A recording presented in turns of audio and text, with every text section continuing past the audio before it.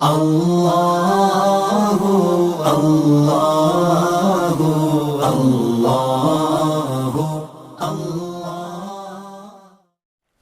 بسم اللہ الرحمن الرحیم۔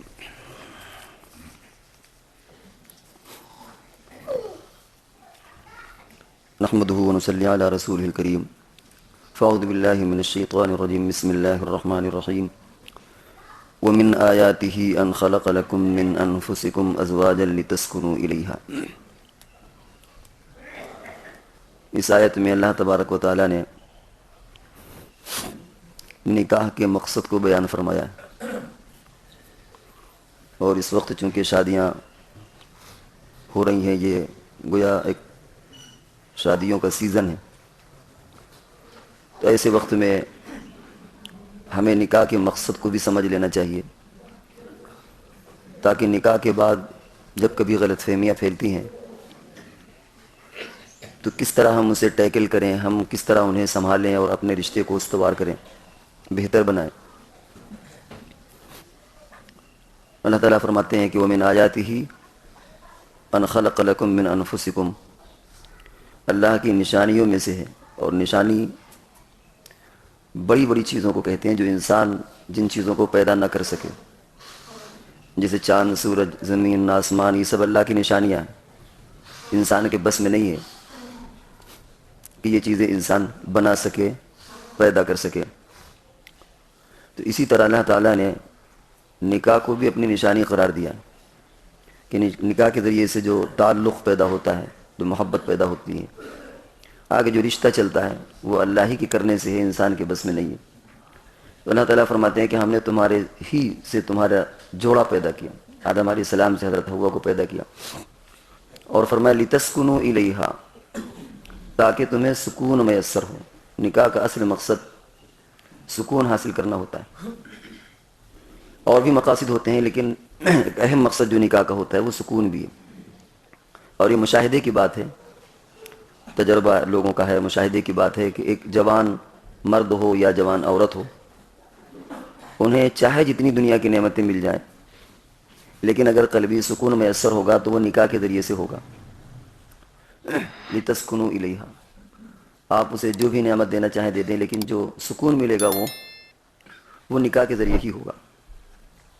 بہت سارے لوگ ہوتے ہیں، ملازمت کرتے ہیں، محنت کرتے ہیں، کارخانے اور فیکٹریاں دیکھتے ہیں، تھکے ماندے ہوتے ہیں، لیکن جب وہ گھر جاتے ہیں، بیوی سے گفتگو ہوتی ہے، کھانا کھاتا ہے، وہ بندہ ساتھ میں سوتا ہے، لیٹتا ہے، تو وہ دن بھر کی تھکان اس کی ختم ہو جاتی ہے، اور وہ جو سکون اس کو ملتا ہے، وہ سکون میاں بیوی میں ایک دوسرے کے علاوہ کوئی اور نہیں سکون دے سکتا۔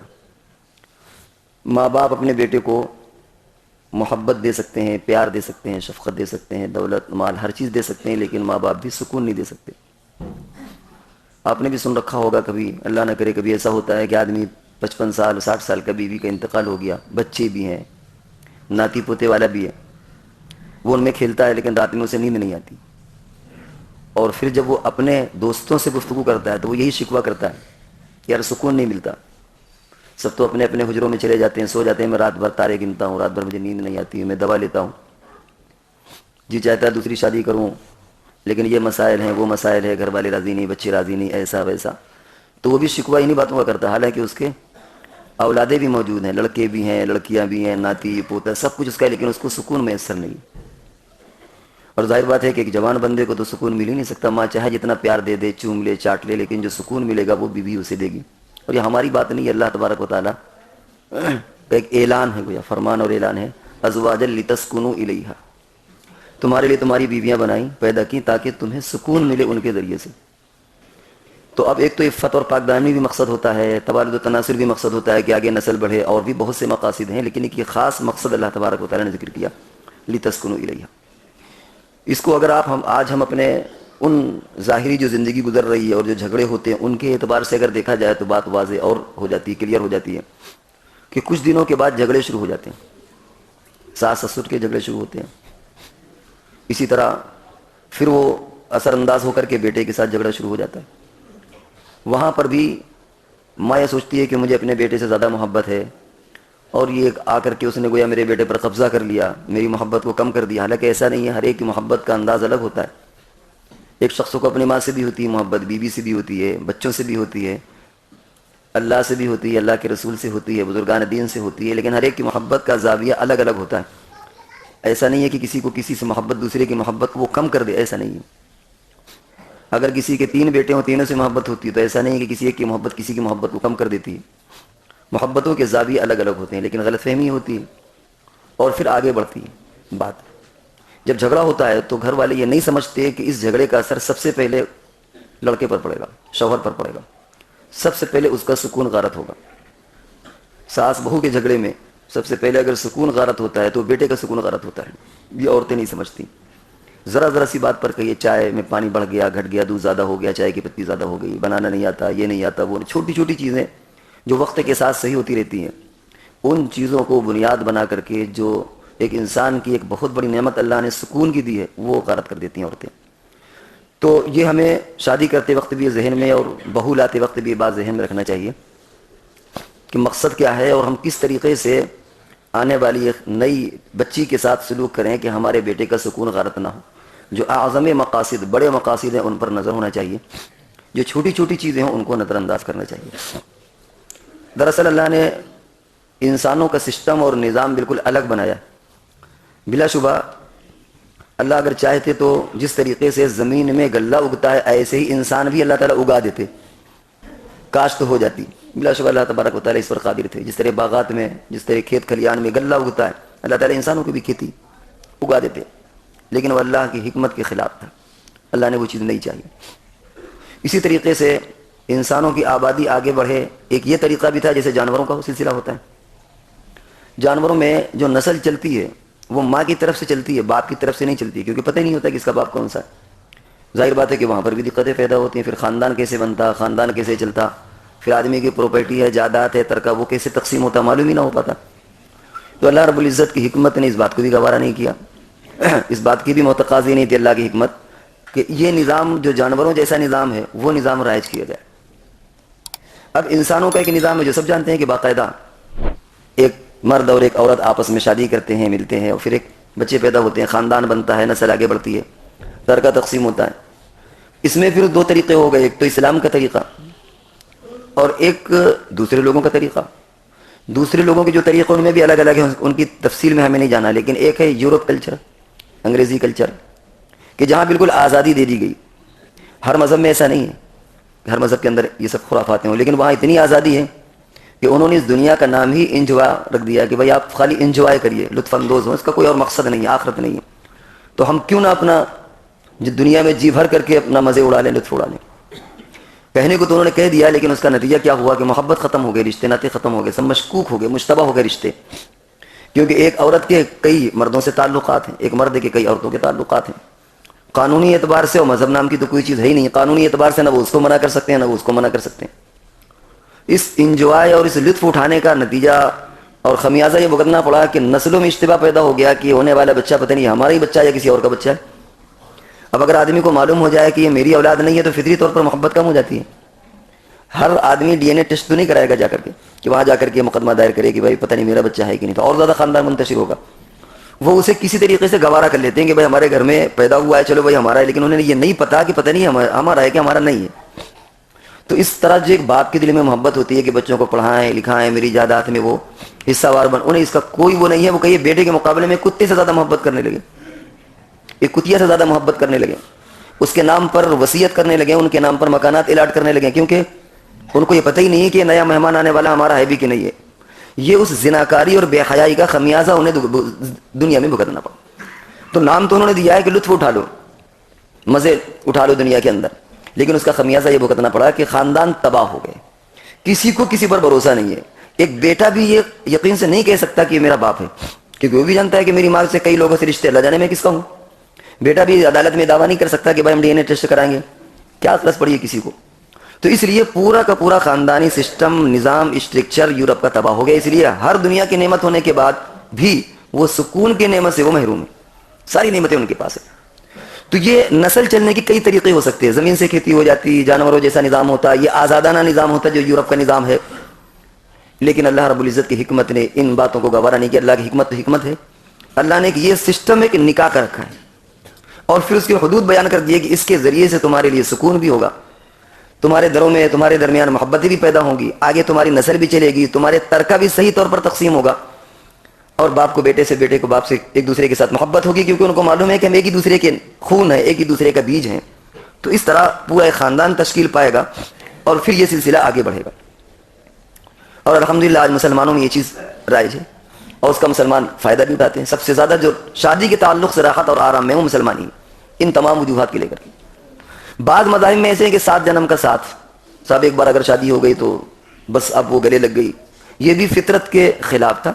ہوتا ہے کبھی مزاج موافق نہیں آتے، جھگڑے زیادہ ہوتے ہیں، تو یہ زندگی اس لیے نہیں ہے کہ خالی پوری زندگی جھگڑوں میں گزارا جائے. اس کے لیے شریعت کے اندر طلاق کا مسئلہ ہے کہ ٹھیک ہے بھائی، طلاق کے ذریعے سے دونوں اپنے اپنے راہوں کو الگ کر لیں. اس کے بھی اپنے حدود بیان کیے گئے. تو آج کے وقت میں جو روزانہ آئے دن شادیاں ہو رہی ہیں، ہمیں شادیوں میں انتخاب کی بھی ضرورت ہے. وہ بھی حدیث میں آیا کہ کیا بنیاد ہونا چاہیے. مال دولت ہوتی ہے، عزت و شہرت ہوتی ہے شادی کی وجہ، حسن جمال ہوتا ہے اور دینداری اور تقوی ہوتا ہے. حضور نے فرمایا کہ فسفر بذات الدین، تم دین والی کو اختیار کر کے، یا ایک لڑکی ہے تو دین والے کو اختیار کر کے تم کامیاب ہو جاؤ. کیونکہ ہر چیز میں زوال ہے. مال غادن و راحن، آج آیا کل گیا، کل آیا پرسوں گیا، صبح ہے تو شام نہیں، شام ہے تو صبح نہیں. عزت و شہرت کا بھی یہی حال ہے. دیکھیے آپ سیاسی لوگ ہوتے ہیں، ترقی کیا، ہار گئے تو زمین پر آ گئے. دولت کا بھی یہی حال ہے، عزت و شہرت کا بھی یہی حال ہے، حسب اور نسب کا بھی یہی حال ہے، حسن و جمال کے بھی یہی حال ہے. اگر چیچک نکل آئی، چہرہ خراب ہو گیا، ایکسیڈنٹ ہو گیا، کہیں لنگڑا ہو گیا یا لنگڑی ہو گئی، یا کہیں پر چہرے پر کوئی نشان آ گیا، بیمار، ہزار طریقے، اتنے علائق، اتنی چیزیں رہتی ہیں کہ وہ بہرحال وہ حسن بھی کوئی ایسا پھر بڑھاپے میں آ کر کے تو حسن ختم ہونا ہی ہونا ہے. لیکن ایک دین ایسی چیز ہے جو بنیاد ہے وہ ختم نہیں ہوگی. تو اگر مقصد دین ہے تو وجہ دین بنی تھی وہ باقی ہے، تو محبتیں بھی باقی رہیں گی، وہ رشتہ بھی باقی رہے گا. اسی لیے جہاں جہاں دوسری بنیادوں پر رشتے ہوتے ہیں وہ کچھ دن کے بعد وہ رشتے کمزور ہونے لگتے ہیں. الحمدللہ دارالقضا چلتا ہے، وہاں آئے دن اس طرح کے مسائل آتے ہیں. وجوہات ہی ہوتی ہے، دیکھا کچھ اور گیا، وہ چیز نہیں ملی یا کچھ دن کے بعد ختم ہو گئی تو نفرتیں پیدا ہو گئی اور پھر جدائیاں ہونے لگتی ہیں، کیونکہ مقصد کچھ اور تھا. لیکن اگر دینداری مقصد ہے تو عموماً دین میں زوال نہیں آتا. ایسا عموماً نہیں ہوتا کہ آج تو دیندار ہے کل فاسق ہو جائے. اللہ نہ کرے، اس طرح ہو سکتا ہے لاکھوں میں آزاد، لیکن ایسا عموماً نہیں ہوتا. عام طور سے دین میں آدمی دینداری میں بڑھتا ہی رہتا ہے. جو جو عمر بڑھتی ہے اس کے دینی جذبہ بھی دھیرے دھیرے بڑھتا رہتا ہے. تو وہ رشتے ہمیشہ پائیدار ہوتے ہیں. لہذا میں انتخاب میں بھی اس بات کی طرف توجہ دینا چاہیے. اور شادی کے وقت بھی وہ چاہے ایک شوہر بیوی کو لا رہا ہو یا ماں باپ اپنی بہو کو لا رہے ہوں، ان کو بھی ان مقاصد کی طرف دھیان دینا چاہیے. لتسکنوا الیہا، کہ قرآن نے جو مقصد بیان کیا وہ سکون بیان کیا ہے. وہ چائے بنانا، کھانا اچھا بنانا، کھانا اچھا نہیں بنانا، کام کاج، سیوا، خدمت، اور یہ سب چیزیں مقصد نہیں ہے. وہ ایک دوسرے جوڑے ایک دوسرے کے لیے سکون ہے. اگر وہ مقصد حاصل ہو رہا ہے تو اس کا مطلب شادی کا مقصد حاصل ہو رہا ہے.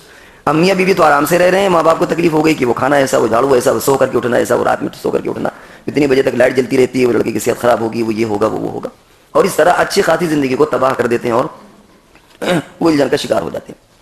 اور پھر جو بات آئی تھی کہ اللہ نہ کرے اگر حالات ایسے آ جائیں تو پھر شریعت نے طلاق کا بھی نظام بنایا. یہ نہیں کہ بس گلے میں ایسا گھنٹی باندھ دی گئی کہ اب ایک دوسرے سے جدا نہیں ہو سکتے.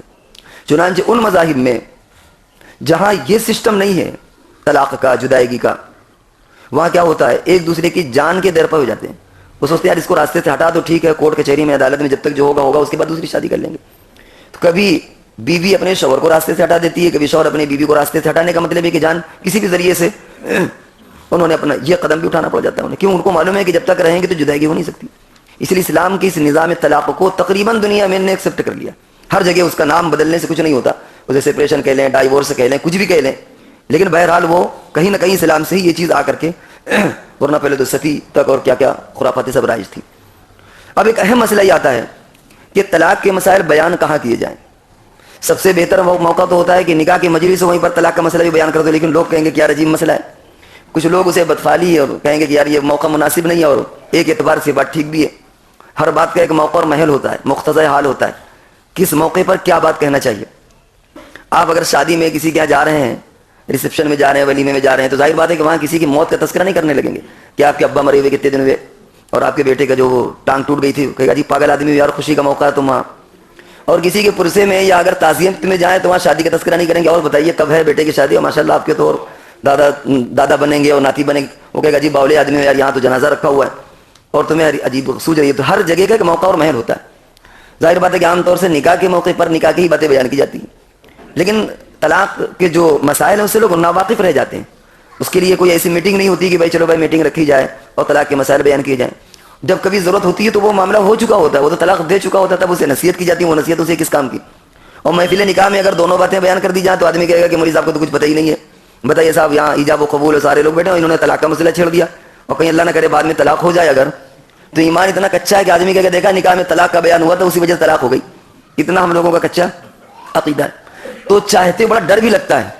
بعض لوگ کہتے ہیں بیان کر دینا چاہیے, کچھ کہتے ہیں ابھی اتنی ہمت نہیں ہے کہ نکاح کے موقع پر طلاق ہے, لیکن صحیح کبھی کبھی لگتا ہے کہ نکاح ہی کے وقت میں طلاق کا مسئلہ بھی بیان کر دینا چاہیے. مسئلہ بہرحال مسئلہ ہوتا ہے. بہرحال طلاق کا مسئلہ شریعت میں جتنا آسان ہے اور جتنا بہتر ہے, دنیا میں کوئی نظام ایسا نہیں ہے, اور جس سے آپ اس کو بیان کریں گے وہ کہیں گے کہ انسانی دماغ یہ مسئلہ دے ہی نہیں سکتا, یہ تو کوئی خدائی طاقت, آسمانی طاقت, ایک ایسی ما فوق الفطرت کوئی طاقت ہو سکتی ہے جسے ہم اللہ کہتے ہیں, وہی اتنا بہتر نظام اور قانون بنا سکتا. مکہ میں کیا رواج تھا, 100 طلاقیں دیتے رکھے رہتے تھے. شریعت نے 3 طلاق کا اسٹیپ بائی اسٹیپ رکھا. افسوس یہ ہوتا ہے کہ حکومت نے قانون بنایا, پوری دنیا کو پتہ ہے, اور حکومت انڈیا کے اعتبار سے اگر آپ لیں تو سب کو پتہ ہے سوائے ہمارے مسلمان نوجوانوں کی. ہندوؤں کو پتہ ہے, برہمنوں کو پتہ ہے, دلتوں کو پتہ ہے کہ اسلام میں ایسا تھا اور ایک ایشو چھڑا تھا اور 3 طلاق کا مسئلہ گرمایا تھا, لیکن ہمیں فرصت ہی نہیں ہے. کسی کو میچ دیکھنے سے فرصت نہیں ہے, کسی کو لوڈو کھیلنے سے, کسی کو کیرم بورڈ کھیلنے سے, کسی کو نیٹ دیکھنے سے, کسی کو خالی ٹہلنے سے, کسی کو حقہ پینے فرصت ہی نہیں. ہمیں سمجھتے ہی نہیں کہ اب ہوتا کیا, شادی ہوئی اور 3 طلاق کا مسئلہ لے آئے, اب وہاں یہ ہم رپورٹ کر دیں گے تو پتہ چلا کہ وہ جیل کی ہوا کھائی, اب روتے ہیں, دھوتے ہیں, سسک رہے ہیں, تڑپ رہے ہیں, الجھ رہے ہیں, اس سے کوئی فائدہ نہیں. ہم ان چیزوں کو سیکھیں. وکیلوں کو, بعض وکیل بھی بڑے عجیب و غریب ہوتے ہیں, انہوں نے بھی فلاں تاریخ کو 1 طلاق دی, پھر وہ دوسری کو 1 دی, وہ سارے دروازے بند کر دیتے ہیں. تو اس کے غصے کو کنٹرول میں رکھ کر کے کبھی بھی جھگڑا ہو تو پہلے علماء سے مشورہ کر لیں, رابطہ کر لیں کہ بھائی ایسا ہونا ہے. حدیث میں آتا ہے کہ غصے کو نافذ کر دینا یہ کوئی کمال کی بات نہیں ہے.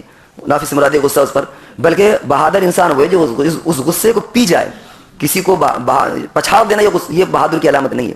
تو جب بھی کبھی بیوی سے جھگڑا ہو اس وقت کم سے کم طلاق کے الفاظ, اس طرح کے الفاظ جو رشتے کو ختم کرنے والے ہوں, وہ اپنی زبان پر نہیں نکالنا چاہیے. وہ تو اختیار ہے, بعد میں بھی بندہ دے سکتا ہے, 2-3 گھنٹے کے بعد بھی دے سکتا ہے, 2-3 دن کے بعد بھی وہ اختیار اس کے پاس ہے.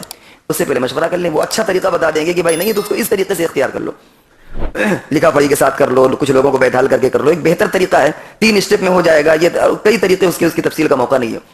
تو ہمیں چاہیے کہ ہم طلاق کے مسائل کو بھی سیکھیں اور لوگوں کو سکھائیں اور اپنے معاشرے میں اویئرنیس اور بیداری پیدا کریں, تاکہ بعد میں جو شرمندگیاں ہوتی ہیں وہ نہ ہو.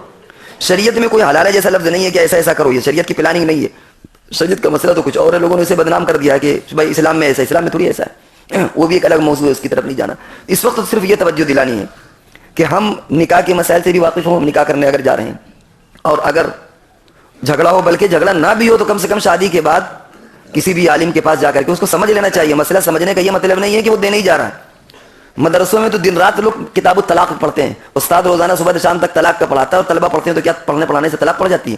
تو مسئلہ سیکھنے سے کیا ہے, آپ کا نکاح ہوا ہے 2-3 دن کے بعد فوراً ہی پوچھ لیں کہ الحمدللہ مسئلہ سب اچھا چل رہا ہے, لیکن اللہ جانے کسی نے مستقبل دیکھا ہے کیا ہو. اگر کبھی ایسا ہو جائے تو امام صاحب, عالم صاحب, مفتی صاحب, حافظ صاحب, آپ ہی بتائیے کہ اگر کبھی اللہ نہ کرے ایسی نوبت آ جائے تو بہتر طریقہ کیا ہے. اس کے سیکھنے میں کیا حرج ہے. آپ کے مسئلہ سیکھنے سے امام صاحب یہ تھوڑی سمجھیں گے کہ شاید ایسا لگتا ہے کہ شادی کے بعد ان کی کچھ گڑبڑ ہو گئی یا انبن ہو گئی ہے. شادی سے پہلے بھی بندہ سیکھ سکتا ہے کہ بھائی ہماری شادی ہونے والی ہے, وہ ایک. لیکن اگر کبھی جھگڑے ہو تو وہ بھی تو مسئلہ سیکھیں. آپ کاروبار کرتے تو کچھ سیکھتے ہیں کہ نہیں سیکھتے. آدمی کوئی بھی کام کرتا ہے تو اس کو سیکھتا ہے. وہ ایک لیبر اور مستری وہ اپنا سیکھتے ہیں, پنچر بنانے والا پنچر سیکھتا ہے. ہر چیز سیکھی جاتی ہے سوائے اس کے کہ ہم نے نہیں سیکھا. تو نہ نکاح کو سیکھا ہے اور نہ طلاق کو سیکھا ہے. تو اس لیے ہمیں ان مسائل کو سیکھنے کی ضرورت ہے. تو دنیا کا جو نظام اللہ نے چلایا ہے وہ نہ کھیتی کی طرح انسانوں کو اگایا گیا ہے, نہ جانوروں کی طرح کوئی سسٹم اور نظام ہے, نہ یورپ کا تہذیب اور کلچر ہے, بلکہ اسلام کے خوبصورت سا نظام ہے کہ نکاح کے ذریعے سے یہ کام انجام پائے تاکہ تمہارے خاندان, تمہاری محبتیں بھی باقی رہیں, خاندان بھی بندہ رہے, چلتا رہے, اور تمہاری جو جائیدادیں ہوتی وہ بھی بہتر طور پر تقسیم ہو. یہ نہ ہو کہ مرنے سے پہلے کوئی گھوڑے کے نام پر, کوئی کتے کے نام پر لوگ دے جاتے ہیں جائیدادیں یورپ میں, اور اپنی اولادوں کو اس لیے کہ ان کو شبہ ہے کہ پتہ نہیں ہماری اولاد ہے کہ نہیں, اور محروم کر دیتے ہیں. اور اصل مقصد سکون حاصل کرنا ہے. لہذا اگر سکون حاصل ہو رہا ہے تو باقی ساری چیزیں سیکنڈری درجے کی ہوتی ہے. شادی کا اصل مقصد میاں بیوی کا ایک دوسرے کا سکون ہے. اور طلاق کے مسائل کو بھی ہمیں سیکھنے کی ضرورت ہے. اللہ تبارک و تعالی ہم سب کو عمل کی توفیق عطا فرمائے.